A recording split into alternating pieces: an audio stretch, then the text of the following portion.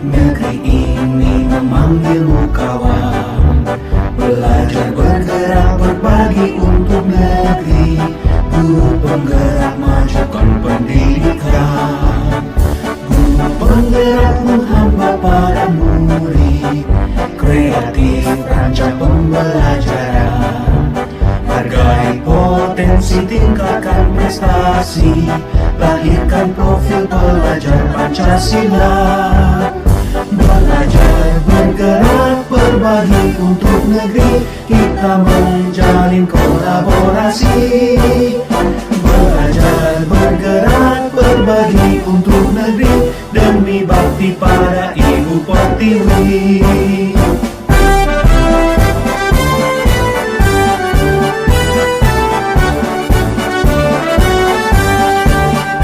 Bulatkan tekad, kuatkan hati, negeri ini memanggilmu kawan, belajar bergerak berbagi.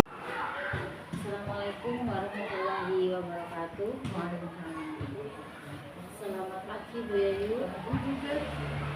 Bagaimana kabarnya hari ini Bu Yayu? Alhamdulillah dikasih sama Allah sehat, sehingga saya tetap bisa bekerja dalam keadaan sehat.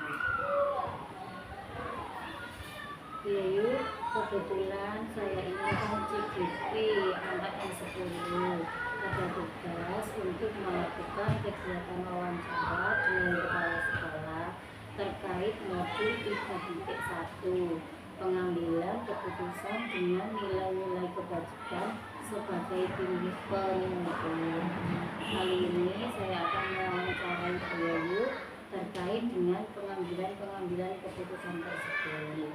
Pertanyaan 1, selama ini bagaimana Bu Yayu dapat mengidentifikasi kasus-kasus yang merupakan dilema etika atau rujukan moral? Kalau saya mengetahui ada suatu masalah atau kasus-kasus, saya mengidentifikasinya adalah melihat kasus itu bagaimana, kasus itu bisa ditangani atau sulit. Jadi melihat kasus itu bagaimana tingkat kesulitannya. Tetapi jika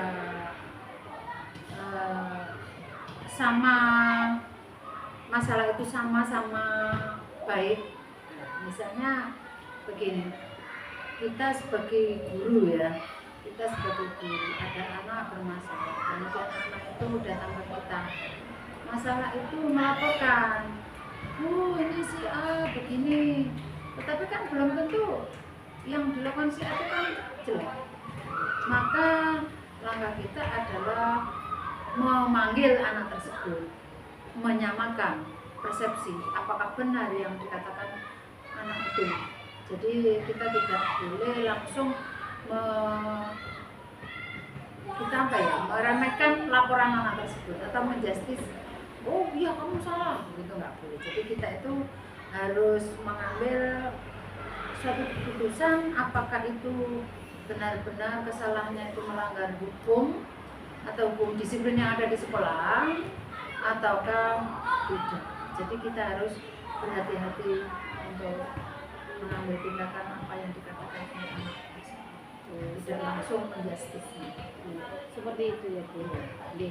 Untuk pertanyaan yang kedua, selama ini bagaimana Anda menjalankan pengambilan keputusan di sekolah, terutama untuk kasus-kasus di mana ada dua kepentingan yang sama-sama benar atau sama-sama mengambil nilai kebajikan? Pertanyaan yang kedua itu yaitu pengambilan keputusan ya. Iya, pengambilan keputusan di sekolah. Kembali lagi kita memperhatikan apakah masalah tersebut sulit atau tinggi, istilahnya terlalu berat gitu ya. Apakah masalah tersebut selalu berat atau tidak? Karena kalau hanya menyangkut masalah anak tersebut pribadi, karena kebiasaannya di rumah dimanjakan oleh orang tuanya, sehingga ada hal yang sedikit saja dia lapor. Padahal itu adalah menyangkut kegiatan kelompok. Jadi dia bagaimana terhadap kelompoknya, setia, jujur atau tidak. Ternyata dia mempunyai perbuatan yang ingin setiap saat lapor. Jadi kita itu harus bijak, harus memperhatikan sejauh mana sih anak itu yang diinginkan. Jadi keputusan kita jangan sampai salah. Seperti itu Bu. Berarti anaknya itu kita tanyai dulu Iya. masalahnya apa. Terus pertanyaan ketiga ya Bu, langkah-langkah atau prosedur seperti apa yang biasanya Ibu lakukan selama ini? Langkah di dalam menanggulangi, karena kita sudah menjatuhkan murid ya, Iya Bu. dalam murid. Jadi yang pertama kita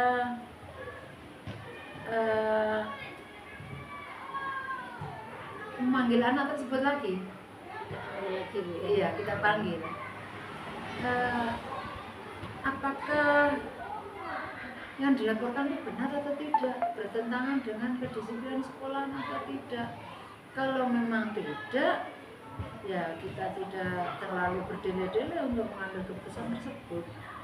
Karena kalau masalah itu berat kan perlu kita musyawarahkan dengan bapak ibu guru yang lain. Kalau masalah tentang anak ya, Iya. kalau tentang masalah mungkin ada saya sebagai pimpinan di sini, sebagai pimpinan ada anggota saya, ya, istilahnya bukan bawahan saya tapi anggota saya yang berbuat seperti itu. Namanya orang kan pasti ada pikiran ingin bungkus. Jadi kita harus bijaksana, tidak karena orang itu juga ada privasinya kan.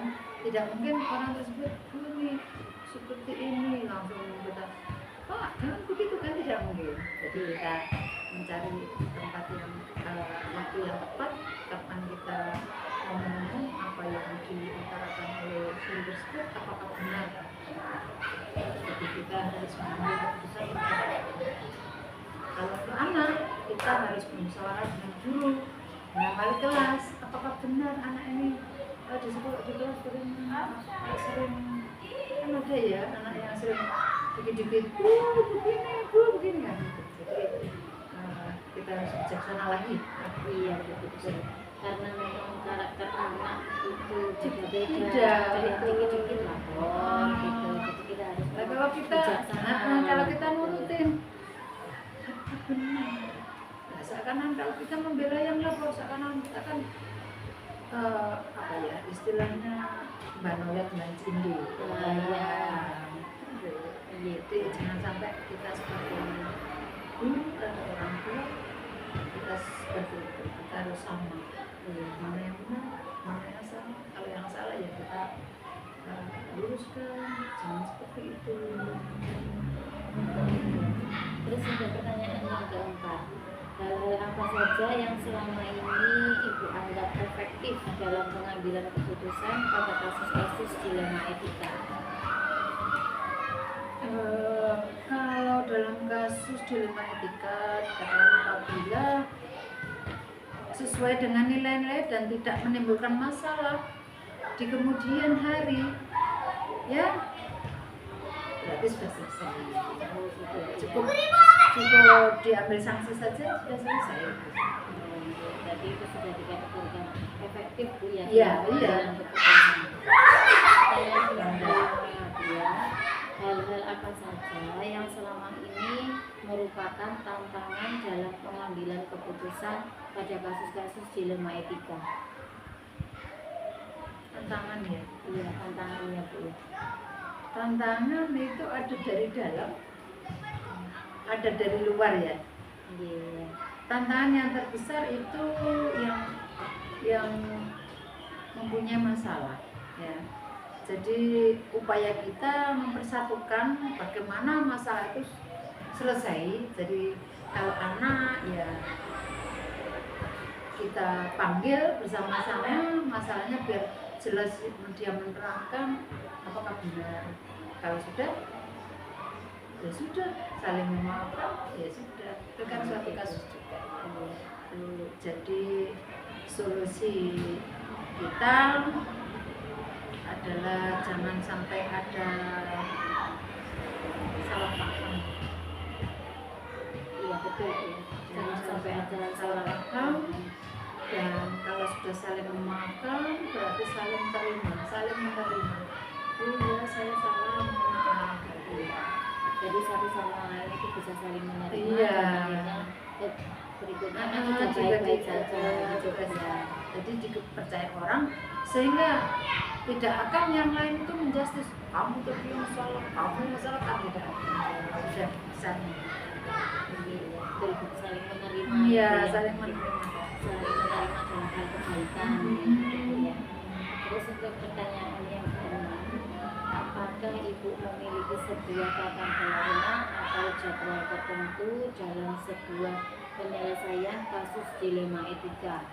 Apakah ibu langsung menyelesaikan di tempat atau memiliki sebuah jadwal untuk menyelesaikannya, bentuk atau prosedur seperti apa yang ibu lakukan? Pertanyaan nomor berapa Bu? Nomor 6. Kalau jadwal tertentu sih tidak ada karena melihat kasusnya. Kalau kasusnya itu ringan, ya dalam sehari selesai. Tetapi kalau kasusnya itu agak berat, ya kita mempunyai prosedur-prosedur. Langkah bagaimana kamu proses seperti ini. Kemudian kita mencari dokumen-dokumen. Setelah itu kita ngajak ngomong bapak ibu guru, apa benar anak ini seperti ini kasusnya. Karena masalah berat itu biasanya kadang orang itu tidak ke sekolah kan langsung ke dinas. Oh iya betul. Nah, sehingga musyawarah dengan teman-teman bapak ibu guru, gimana kalau memangnya sudah bisa selesaikan hari itu, Langsung kita mengapa kita membuat jadwal, ya kan ringan masalahnya. Kalau memangnya berat ya kita jadwal. Hari ini tidak selesai, besok ya kamu lagi. Kok hari itu belum selesai, besok ya. Tadi di mana ada waktu kosong. Sekolah kan tidak kosong.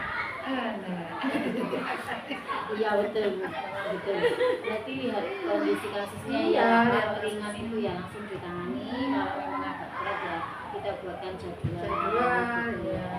Jadi tidak mungkin pas ringan langsung segala jadwal, akhirnya membuat masalah itu berlarut-larut sehingga guru beban, anak beban, orang tua juga beban. Ketika berat, orang tua juga kita panggil, anaknya masalah seperti ini. Jadi kita guru juga harus hati-hati dalam mengambil keputusan. Iya, betul sekali. Terus untuk yang ke-7 ya, adakah seseorang atau faktor-faktor apa yang selama ini mempermudah atau membantu ibu dalam pengambilan keputusan dalam kasus-kasus dilema etika? Kembali lagi kepada soal nomor 6 tadi ya Bu ya. Jadi kita mengambil keputusan tergantung pada masalahnya tadi ya. Oh iya. Tergantung pada masalahnya. Apakah kita tidak melibatkan guru? Ya melibatkan karena murid itu kan ini kan ada mapel juga ya Bu ya. Murid itu juga di bawah lindungan wali kelas. Kita walaupun saya pimpinan, saya tidak langsung mengambil keputusan. Saya harus tahu dari wali kelas ini. Karena yang tahu sehari-hari itu adalah wali kelas. Bagaimana anak ini, orang tuanya siapa, perlukah kita panggil gitu. Jadi kalau masalah itu wali kelas sudah bisa menyelesaikan masalah. Orang tua juga sudah dipanggil. Kepala sekolah tidak juga bisa menyelesaikan masalah saking beratnya ya. Akhirnya kepala sekolah juga punya atasan, jadi bisa sampai kepada pengawas. Jadi kalau pengawas tidak bisa menyelesaikan ya kepada yang lebih atas gitu. Jadi memang masalah itu berbeda-beda. Anak memangnya anak sekolah itu kan mendidik ya. Iya. Guru tugasnya mendidik, mengajar, membimbing. Jadi ya seperti itu. Kalau ada permasalahan, ya kita ngomongkan dengan warga sekolah itu. Terutama yang lebih tahu adalah wali kepala sekolah kepala sekolah ngambil solusinya dari semua bapak ibu. Karena pada dasarnya walaupun ada wali kelas, tapi kan yang ada di sekolah semua kan gurunya. Iya betul. Berarti memang kita harus kolaborasi. Iya betul. betul. Wali kelas. Iya betul. betul. Kita tidak boleh egois. Iya, sama guru Iya gitu ya. betul. Terus untuk pertanyaan terakhir ini Bu ya, dari semua hal yang telah disampaikan, pembelajaran apa yang dapat saya petik dari pengalaman pengambilan keputusan untuk dilema etika? Berarti saya sendiri Bu ya, gitu. Berarti nanti saya akan Sebenarnya nanti yang merefleksi dari percakapan kita tadi. Oh iya, berarti dari percakapan ini bisa saya simpulkan Bu ya, ketika kita ada masalah baik itu dengan murid atau dengan guru, berarti kita itu memang harus benar-benar mengambil keputusan dengan bijaksana. Terus kita lihat sudut pandang kasus itu, apakah dia membutuhkan penanganan yang segera atau memang butuh schedule atau jadwal seperti itu ya Bu. Terus nanti semisal untuk penanganan yang agak berat kita buatkan jadwal ya, Biar tuntas. Dan hasil akhirnya itu bisa diterima seperti dengan senang hati seperti itu Bu ya. Terima kasih Bu Yayu atas pemaparannya. Demikian dari saya, mungkin saya ada salah kata, saya mohon maaf yang seikhlas-ikhlasnya. Ya, sama-sama. Tidak ada jawaban saya yang kurang berkenan, mohon disempurnakan. Iya, Karena saya- tidak ada manusia yang sempurna. Bisa saya itu. Terima kasih Bu Yayu ya. Sama-sama. Assalamualaikum warahmatullahi wabarakatuh. Waalaikumsalam. Untuk negeri, guru penggerak majukan pendidikan. Guru penggerak menghamba pada murid, kreatif rancang pembelajaran. Hargai potensi, tingkatkan prestasi, lahirkan profil pelajar Pancasila. Belajar, bergerak, berbagi untuk negeri, kita menjalin kolaborasi. Belajar, bergerak, berbagi untuk negeri, demi bakti pada Ibu Pertiwi. Belajar, bergerak, berbagi untuk negeri, kita menjalin kolaborasi. Belajar, bergerak, berbagi untuk negeri, demi Assalamualaikum warahmatullahi wabarakatuh. Waalaikumsalam warahmatullahi wabarakatuh. Selamat pagi Bu Budi. Selamat pagi juga Kusihan. Bagaimana kabarnya hari ini Bu? Alhamdulillah sehat. Hari ini saya dijadikan sebagai narasumber untuk kegiatan tugas TKP ya. Iya Bu, kebetulan saya CGP Angkatan 10 ada tugas untuk melakukan wawancara dengan kepala sekolah tentang modul 331 pengambilan keputusan dengan nilai-nilai kebajikan sebagai pemimpin.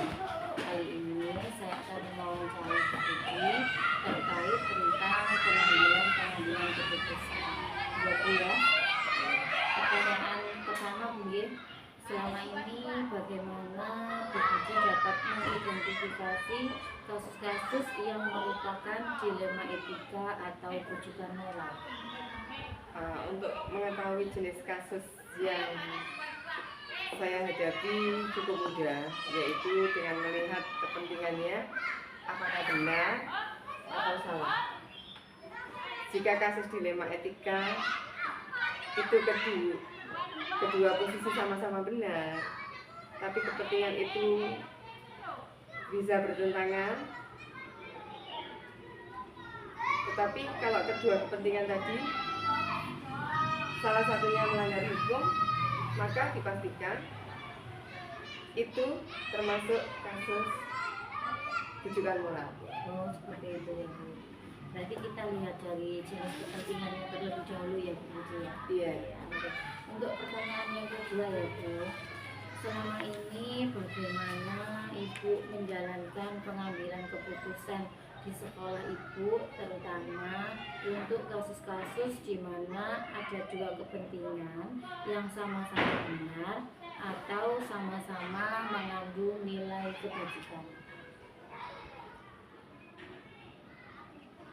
Dengan melihat kepentingan pribadi, kelompok, kesetiaan, kebenaran, atau kejujuran, jangka pendek atau jangka panjang. Nah, di samping itu saya juga memperhatikan sejauh mana dampak yang dibutuhkan dalam pengambilan keputusan tersebut. Oh, begitu ya Bu. Berarti kita melihat kasusnya itu dari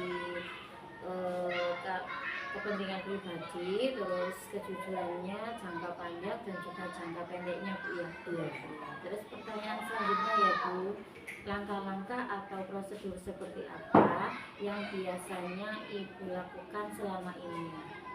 Selama ini dalam mengambil keputusan yang saya lakukan, pertama tentu kita melihat kasus itu bersinggungan dengan apa saja dan sejauh mana nilai-nilai itu yang bertentangan. Yang kedua, kita lihat siapa yang terlibat di dalam permasalahan tersebut. Yang ketiga, kami melakukan pengumpulan data berupa fakta apa yang sudah terjadi, karena kemudian kami analisa dengan paradigma yang terjadi. Nah, di sini setelah kita tahu faktanya, kita lihat kebenaran-kebenaran atau salah. Kemudian setelah itu kita melakukan pengambilan keputusan. Kemudian setelah itu kita lakukan refleksi, apakah keputusan itu diambil sesuai dengan kaidah norma yang ada dan kemudian pihak dapat menerimanya. Oh, seperti itu. Berarti kita itu ya libatkan semuanya Bu ya, untuk kita tahu faktanya dulu, terus setelah itu kita refleksi agar semua pihak bisa menerimanya, seperti itu Bu ya. Seperti itu. Terus untuk pertanyaan selanjutnya Bu ya, hal-hal apa saja yang selama ini Ibu anggap efektif dalam pengambilan keputusan pada kasus-kasus dilema etika? Dalam kasus dilema etika dikatakan apabila sesuai dengan nilai-nilai dan tidak menimbulkan masalah di kemudian, itu saya kategorikan efektif dalam pengambilan keputusan. Pertanyaan kelima Bu ya, hal-hal apa saja yang selama ini merupakan tantangan dalam pengambilan keputusan pada kasus-kasus dilema etika? Tantangan yang terbesar tentunya datang dari pihak yang terlibat dalam memutuskan suatu masalah, yaitu upaya mempersatukan pemikiran dan kesepakatan yang memerlukan waktu yang panjang untuk menyamakannya. Di samping itu juga kami harus dapat memilih solusi demi solusi yang disampaikan untuk kami, jadikan sebagai suatu jawaban yang dapat diterima semua orang. Oh, seperti itu. Berarti itu harus bisa diterima oleh semua pihak Bu ya, pengambilan keputusan tersebut ya. Terus untuk pertanyaan yang keenam, apakah Ibu memiliki sebuah tata kelola atau jadwal tertentu dalam sebuah penyelesaian kasus dilema etika? Apakah Ibu langsung menyelesaikan di tempat atau memiliki sebuah jadwal untuk menyelesaikannya? Mungkin dalam bentuk atau prosedur seperti apa yang Ibu lakukan? Kalau jadwal tergantung kondisi kasus yang terjadi. Kadangkala ada keputusan yang harus kita putuskan segera, tetapi ada juga keputusan yang kita bisa undur. Kalau sifatnya segera berarti kita tidak boleh membuat jadwal harus kita putuskan segera saat itu juga. Kalau masalah itu masih bisa kita tunda keputusannya, maka kita buat jadwal tertentu supaya hasil keputusannya efektif dan efisien. Berarti tergantung jenis kasusnya Bu ya. Iya. Kalau memang kasus itu membutuhkan penanganan yang segera, berarti ya langsung segera kita tangani tanpa harus Begitulah. kita membuat jadwal seperti itu Bu ya. Iya. Ya. Terus untuk pertanyaan yang ketujuh, adakah seseorang atau faktor-faktor apa yang selama ini mempermudah atau membantu ibu dalam pengambilan keputusan dalam kasus-kasus dilema etika? Tergantung permasalahannya yang dihadapi. Kadang kita melibatkan semua guru dalam pengambilan keputusan. Terkadang juga hanya melibatkan beberapa guru, mapel dan guru kelas. Jadi kadangkala juga melibatkan komunitas sekolah juga. Jika permasalahan itu menyangkut kepentingan orang tua, siswa, dan bahkan kami juga meminta saran dari pengawas. Seperti itu ya. Berarti kita kolaborasi dulu dengan guru mapel, terus guru kelasnya, terus nanti semisal untuk pembinaan gurunya itu kita bisa kolaborasi dengan Bapak pengawas Bu ya. Ya, karena sebagai atasan kami dalam pengawasan dan pembinaan. Gitu. Terus pertanyaan terakhir ini Bu ya, dari semua hal yang telah Ibu sampaikan tadi, pembelajaran apa yang dapat Ibu ambil dari pengalaman Ibu selama ini dalam mengambil keputusan untuk dilema etika? Pertama, dalam mengidentifikasi kasus yang terjadi harus dilakukan dengan pemikiran yang matang. Apakah termasuk kasus dilema etika atau juga moral? Kemudian ada kasus yang perlu diselesaikan segera, yang perlu saya putuskan sendiri, atau beberapa kasus yang diselesaikan karena kolektif. Selanjutnya, dalam pengambilan keputusan, saya harus memperhatikan kepentingan kedua sisi agar tidak menimbulkan gejolak berkelanjutan. Iya.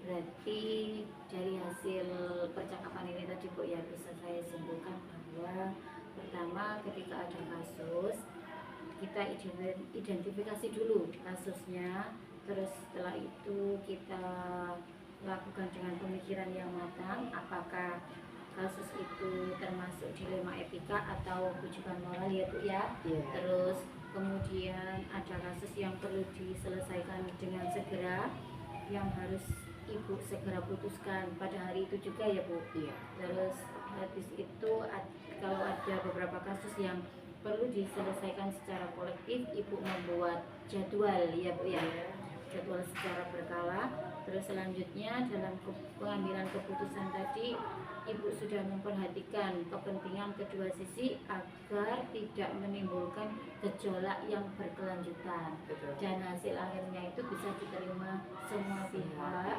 dengan hasil yang baik-baik saja, seperti itu Bu ya. Betul. Terima kasih banyak Bu Budi atas pemaparannya. Demikian dari saya, mungkin saya ada salah kata, saya mohon maaf yang seikhlas-ikhlasnya. Sama-sama, Cici. Bakti para ibu pertiwi, demi bakti para ibu pertiwi.